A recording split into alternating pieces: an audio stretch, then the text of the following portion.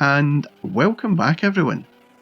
In today's video, I take a look back at another racing game by Sega, a sprite scaler that offered so much potential but ultimately was a little disappointing. A bit like many other sprite scalers of the time. Super Monaco GP was a sequel to Sega's Monaco GP, which was released all the way back in 1979. And in 1989, this game looked vastly different to the original. But it wasn't just the looks of the game that had changed.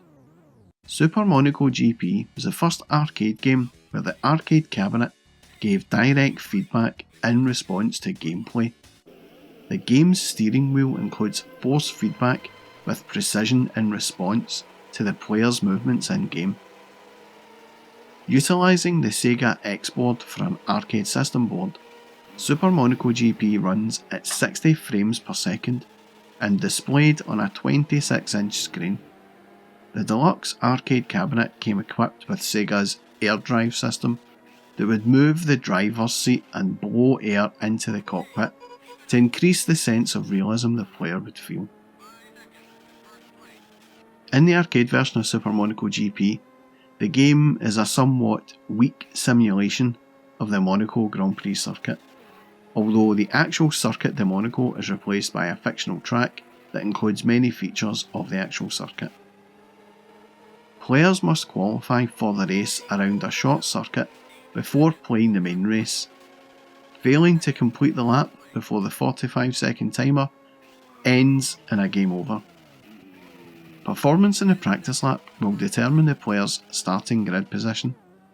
The race is then played against 19 computer-controlled drivers, and players have to maintain above a position limit which counts down, or else the game ends. Completing the race in third or better allows the player to race again in wet conditions. And that was it really. A very short game indeed. But was it a good one? Well, I would say the years have not been too kind to this game. When I played it all those years back, I thought some aspects of the scaling looked choppy. Some of the larger roadside objects, such as the buildings, appear to come in stages. It's like a very early instance of clipping. But the actual track itself moved at a real lick and was very smooth. And as racers go, you don't really see too many other cars on screen. It's not like Outrun, where you come up against cars all the time. There are, after all, only 19 other cars on the track. The game featured this sort of rear view mirror in the top third of the screen, which, handy in this game because it reduced the amount of superfluous skyline you need to look at. But the heads up display took up too much space at either side of it, and it made the thing look pretty cluttered.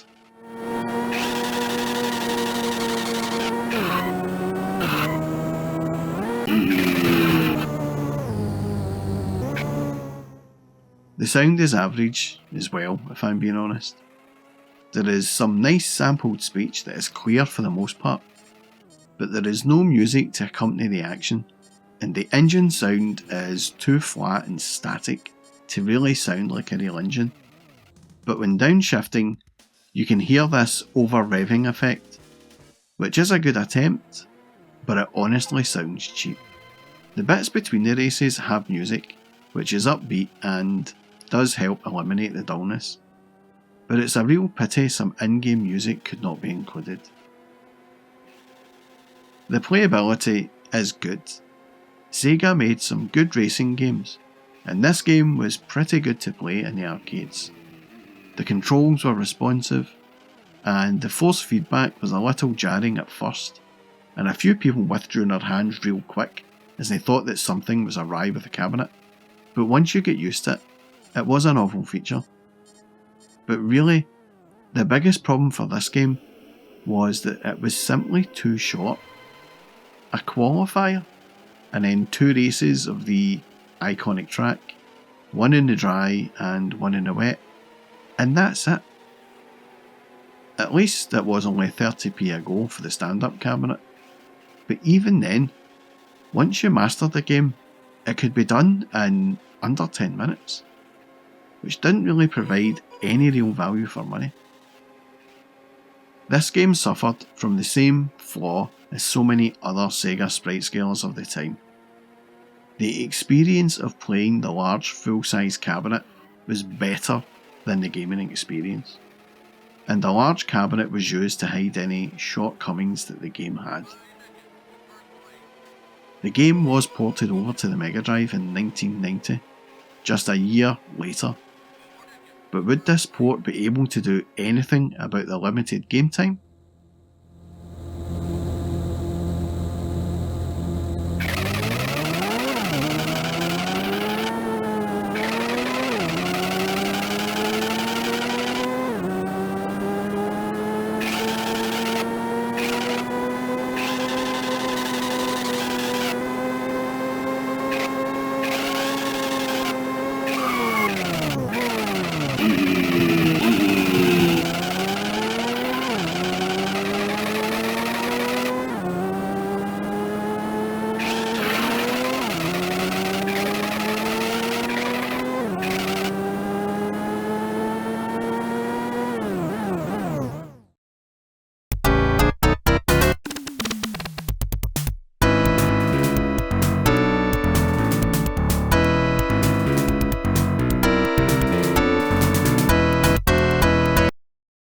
This is a port of Super Monaco GP to the Megadrive, and without any sprite scaling, it looks just like any other racing game on home consoles of the time. But this lack of sprite scaling was actually a good thing here, as I reckon this allowed Sega to reimagine Super Monaco GP for the home, and so they added in more tracks, a practice feature, and a career mode which massively increased the playability of the game. So the game was now closer to about 3 hours of gameplay and not just 10 minutes. But even if you didn't want to commit the time to the career mode, you could just pick it up and have a quick blast on the arcade mode. Visually, it's a pretty bland affair. Some blues for the sky, some green for the grass, and for the roadside you get greys for the road surface. But I do think the Megadrive does a good job of creating a fair sense of speed in the game, with the raster bars kept to the track sides and some tracks, helping with the smooth delivery of the track layout. It may be bland, but at the same time, it's quite impressive. The sound, however, is awful. The speech is a little muffled.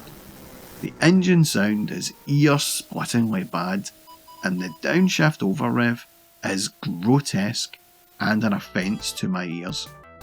It was definitely a game you never ever played with headphones on, I'll tell you.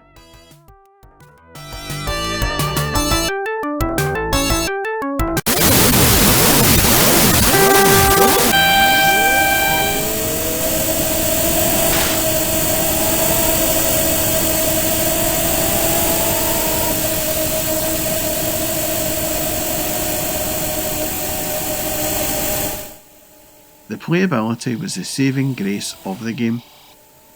The career mode added in so much more to the longevity of the game, a bit like the career mode in Super Hang-On, and I spent a few afternoons and evenings playing in that mode, working my way through the teams, and thankfully this mode did have a password scheme, but like Super Hang-On, it was a pain in the ass to take note of and enter all the time.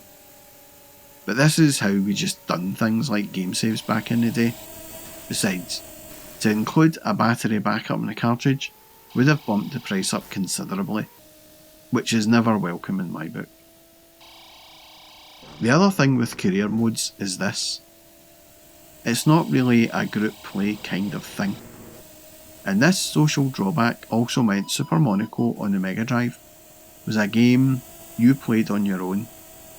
And for myself, whose family never went holidays every year, I would often spend 2 weeks of the school summer holidays as Billy No Mates. Games like this meant I had loads of time to work on those career modes. which is a bit depressing looking back on it now, but back then, I mean, what could you do?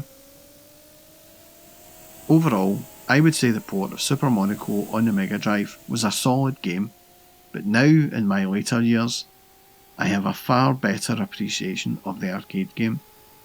The fact the arcade game is short means it's ideal to pick up and play on a 15-minute tea break or something during working hours, and I would definitely recommend you give it a look if you can.